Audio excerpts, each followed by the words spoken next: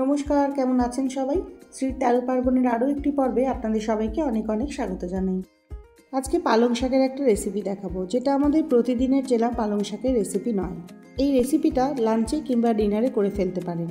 খুবই সহজ আর উপকরণ লাগবে খুব কম। লাগবে এক আঁটি ফ্রেশ পালং শাক। ভালো করে পালং শাকটাকে ধুয়ে নিয়েছি। এবার ডাঁটির অংশটা খানিকটা বাদ দিয়ে দেব। তারপরে আঁটিটাকে কুচিয়ে নেব, তবে খুব বেশি মিহি করে কুচোনোর দরকার নেই, একটু মোটা মোটা করে কুচলেও হয়ে যাবে। পালং শাকের চচ্চড়ি কিংবা পালং শাকের ঘন্ট খেতে খেতে যদি বোর হয়ে থাকেন, তাহলে এই নতুন রেসিপিটা কিন্তু একবার ট্রাই করে দেখতেই পারেন। আশা করি ভালো লাগবে। আর কি লাগবে বলে দিই। লাগবে হাফ কাপ সুইট কর্ন, 2 চা চামচ রসুন কুচোনো আর একটা ছোট পেঁয়াজ কুচোনো। খুব মিহি করে রসুন আর পেঁয়াজটাকে কুচিয়ে নিয়েছি। এই রেসিপিটার জন্য হোয়াইট সস বানাবো। তার জন্য প্যানে নিয়ে নিলাম 1 টিস্পুন বাটার। গ্যাসের আঁচটাকে লো ফ্লেমে রেখে এর মধ্যে দিয়ে দেবো 1 চা চামচ ময়দা। ময়দাটা দিয়েই ভালো করে নাড়াচাড়া করতে হবে 2 মিনিট মতো, যাতে ময়দাটা ভালোভাবে রান্না হয়ে যায়। এবার এর মধ্যে দেবো 1 কাপ দুধ। 1 কাপ দুধটা একেবারেই দিয়ে দেবো না, আস্তে আস্তে করে দেব। এখন আমি হাফ কাপ মতো দুধ যোগ করলাম আর স্প্যাচুলাটাকে ক্রমাগত চালাতে থাকবো, যাতে ময়দাটা লাম্প না হয়ে যায়। মিশ্রণটা ঘন হয়ে গেলে আবারও খানিকটা দুধ যোগ করে দেবো।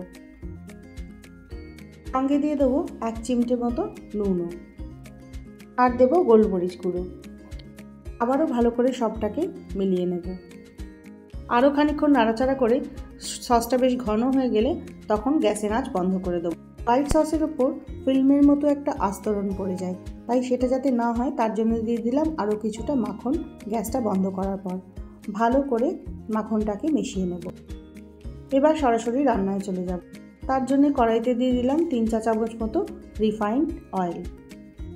প্রথমে দিয়ে দেবো রসুন কুচোনোটা। 1 মিনিট মতো রসুন কুচোনোটাকে নাড়াচাড়া করে নেব। হালকা বাদামি বাদামি রং ধরতে শুরু করলে তখন দিয়ে দেবো পেঁয়াজ কুচোনোটাও। মাঝারি আঁচে পেঁয়াজটাকে নাড়াচাড়া করে নেব 2 থেকে 3 মিনিট মতো, যতক্ষণ না পেঁয়াজটা ট্রান্সলুসেন্ট হয়ে যায়। পেঁয়াজটা ট্রান্সলুসেন্ট হয়ে গেলে পরে এবার পালং শাক কুচোনোটা যোগ করে দেব। গ্যাসের আঁচ বাড়িয়ে দিয়ে পালং শাকটাকে 2 থেকে 3 মিনিট মতো নাড়াচাড়া করে নেব। পালং শাক থেকে জল বেরোনোর জন্য দিয়ে দিচ্ছি 1/4 চা চামচ নুনও। আবারও কিছুটা নাড়াচাড়া করে দেব। এবার পালং শাকটাকে ঢাকা দিয়ে রান্না হতে দেব।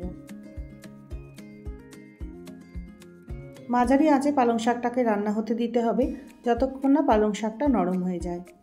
6 থেকে 7 মিনিট রান্না করার পরে দেখুন পালং শাকটা বেশ নরম হয়ে গেছে আর অনেকটা জলও বেরিয়েছে।